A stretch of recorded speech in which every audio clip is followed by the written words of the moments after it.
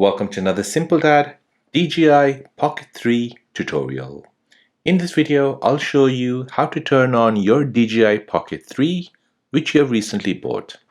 So there are two ways of turning on your DJI Pocket 3.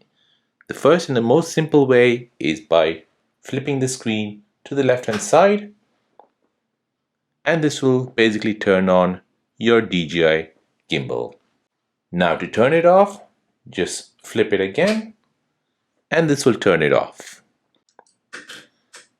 Now the second way of turning on your DJI Pocket 3 gimbal is by using this power button here, which is a red symbol with a circle in it.